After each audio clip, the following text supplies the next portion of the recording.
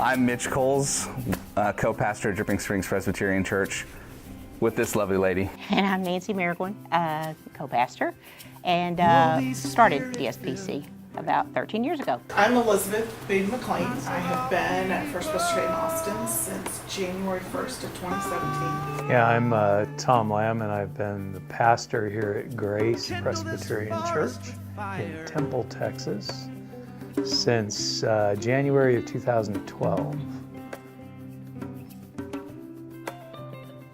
You're an oak by an ancient spring. The best advice is look at your community, because you can read every church growth book, every manual, everything that somebody puts out, and the truth is if you don't have the demographic to do it, it'll never work.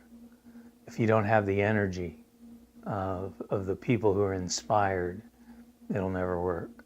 So you look within first. Who are you? Really identify who you are. The best way to do that is mission study, where you get the input of everybody in the congregation, and then the congregation determines the direction of the congregation. It's not the pastor setting an agenda.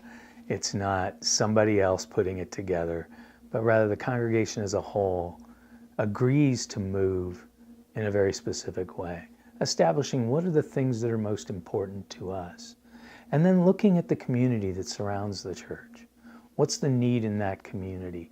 How do you address that need?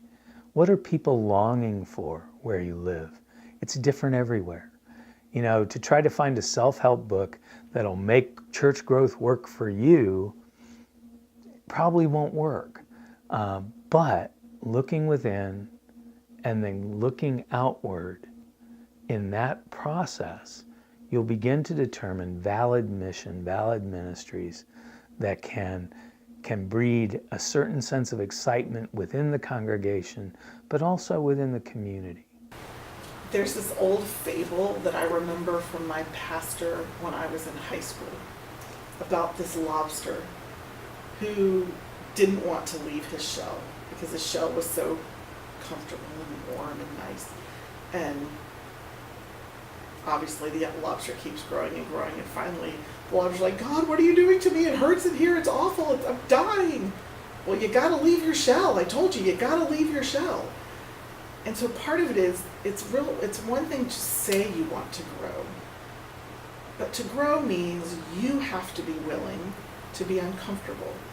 You have to be willing to not always have it done the way it's always been. You have to be willing to have worship and Sunday school and other programs look the way they need to reach the people who aren't there and not just the people who are there. Leonard Sweet, I heard him speak one time, and he said, you know, too often congregations love to huddle, and it's so dangerous. What we need to be doing is to do the reverse huddle, where we're still holding our hands and we're attached to each other, but we're facing out. And so that's part of it. How do we change our point of view from what's here to what's there? And it also may mean they don't come to you. The build it and they will come era is swiftly coming to an end. Paul went to where people were. He went to the market. He went to the riverside. He went to the synagogues, which were not the same religion. I mean, he went different places. So we have to think differently. It's not the 50s, 60s, 70s anymore. I was born in 1965. That's the last year the church was growing in the United States. So all I know is the church going downhill. But I don't think smaller is worse or a sign of failure. So part of it is spending time thinking about what is the Spirit doing within us, and where is that? And part of growing is also having your pruning. If you're a gardener, you know you're lopping off the parts that aren't producing. I call it ecclesiastical euthanasia because it just sounds so good. So like, what do we need to get rid of to be able to channel our energies somewhere else? And it doesn't mean that what we did was bad or wrong. It's just, its time has come. And I know that's hard. If you really want to grow, you need to be willing to throw the entire playbook out.